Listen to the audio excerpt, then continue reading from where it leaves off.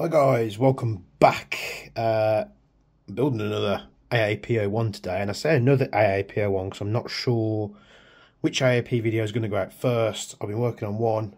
This one is another one that came in. They both came in pretty much the same time. The pistol was bad hammer and a bad sear. Obviously, if that goes up first, fair enough. If it doesn't, wait for that video, it'll be coming out very soon. But this one's a carbine kit,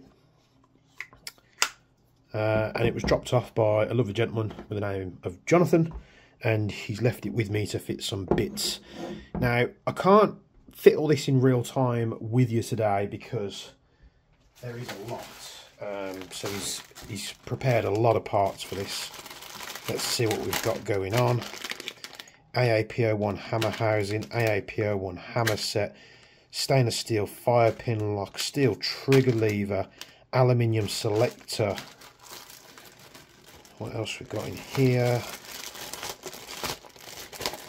We've got a TTI trigger, we've got a TTI charging handle which has the quick selector on the back. Really appreciate you putting this in Ziploc bags for me, makes it nice and easy. We've got a 50 and a 60-degree bucking, which is the Flamingo. We've got a Loki hop unit. Spent some dough, Jonathan. And we've got here nozzle block, Hadron screws, the Hadron buffer kit, nozzle valve spring. But wait, there's more. We've got guide rod set. We've got a lightweight blow. I don't know why I'm going into a different accent here. Lightweight blowback unit from Coco. An aluminium enhanced trigger housing and an aluminium upper lock. So there is a ton of parts here. If you want to watch in depth of me fitting parts very similar to this, I'll link the AAP playlist for you. There's a lot of good content there of me fitting parts. I'm probably going to shove this in a time lapse and get all this built because there's a lot to do here. So keep tuned. I'll be back on video once all this stuff's fitted.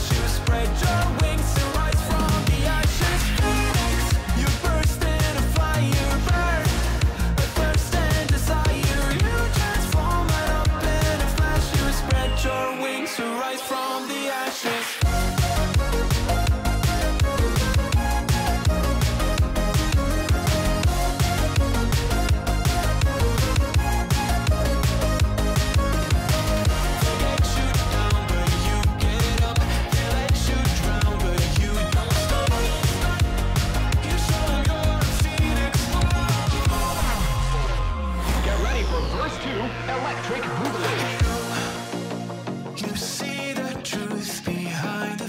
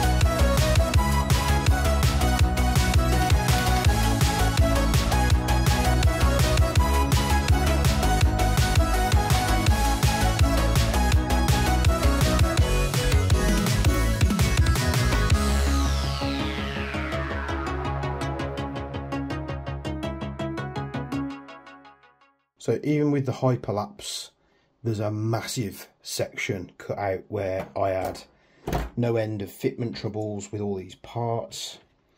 It's kind of the downside of fitting a lot of parts at once. You put everything in and you have an issue, and it's unlikely where that issue is. Now, there's there was 4 parts that were culprits. So this hasn't been machined properly, and there's not enough clearance in this section here, and it's binding up on both trigger arms. For what the job is earning me, it's not worth me clocking this up in the mill and machining it.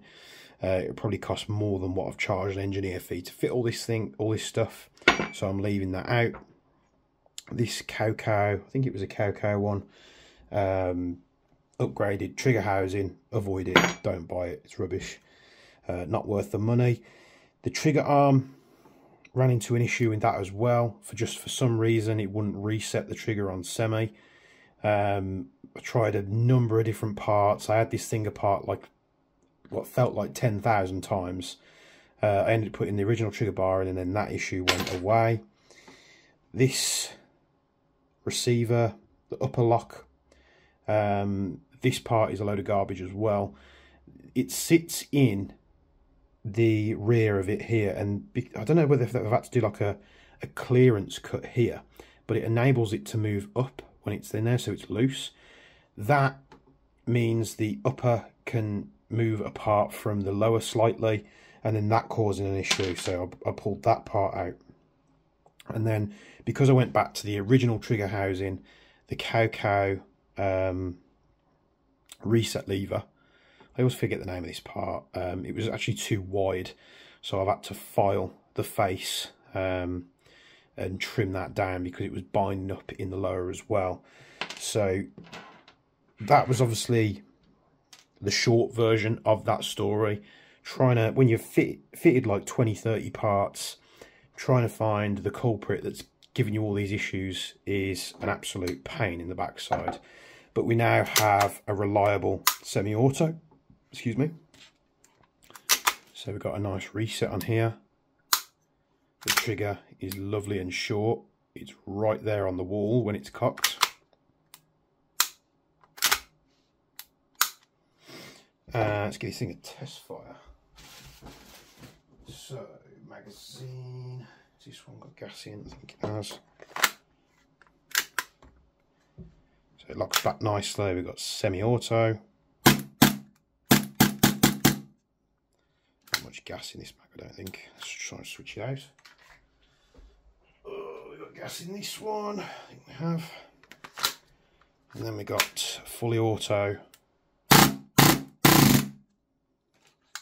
We're out of gas on this one as well.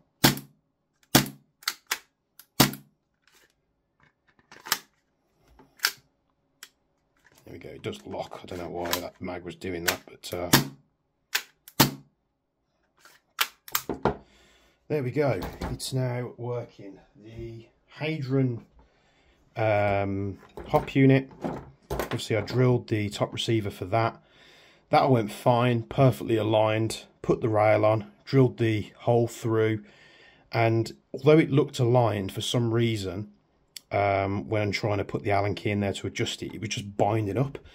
So all I did was I quickly took this down, popped this part into the milling machine, a very quick clocking up, don't get me wrong, because we don't want to spend too much time on a machine doing that.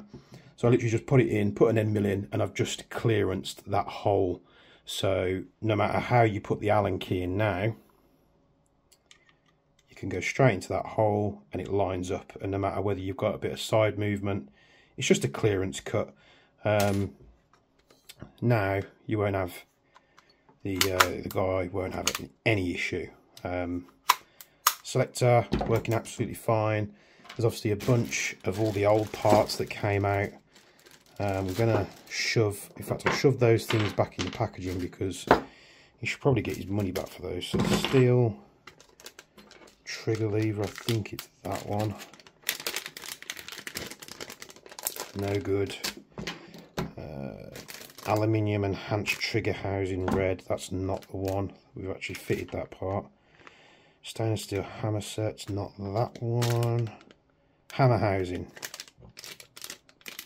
Garbage. Don't spend the money on it. And then that trigger lock. I think I've seen that over the upper lock even. That was looser than a wizard sleeve. Again, money. Don't waste it. Don't buy it. So these are going to go back with him. Let's pop these bits in this bag. He's got plenty of spares in case he needs it. Of course, I only fitted the one hot rubber as well. I fitted the 60, but he does have a 50 there as well that he can switch to. I'll get rid of all these packets. So those 3 parts are going to go back in. Jonathan, if you do watch this video, I hope that's cleared it up a little bit. Obviously, I'll discuss it with him as well. But now we have this Carbine kit, lovely and put together. Really nice trigger, rapid auto and semi-auto. He's got the quick switch there, just like on mine. I mean, I really do love the cow bolts. I've got them in both of mine. Cow bolt, the other part in the bolt, the recoil spring, all the bits here, even the nozzle, I've had good experiences with. All the cow bits that go in this bit here, great. I suggest if you're building an AAP-01, get the Action Army steel hammer. Leave the rest of it unless it needs replacing. I have no end of issues fitting cow hammer parts, and although this one is all in there now and working, I've got another one that's got an issue as well. I just don't think they're worth the money. So if you're building an AAP-01 and you want to have a nice reliable hammer, buy the Action Army hammer, shove that in there and leave it as it is, unless you know, beefing up your hammer spring. The rest of the parts, and don't get me wrong, there's going to be many of you out there that fit cow hammer sets and have no issues, but each one that I've fitted now I've had an issue with. So that is the moral of the story. So barrel fitted, hot rubber fitted, Loki part was the easiest part to fit apart from having to put a drill bit through the upper receiver. But yeah, hope you've enjoyed this little time-lapsey build overview, and I'll see you in the next one.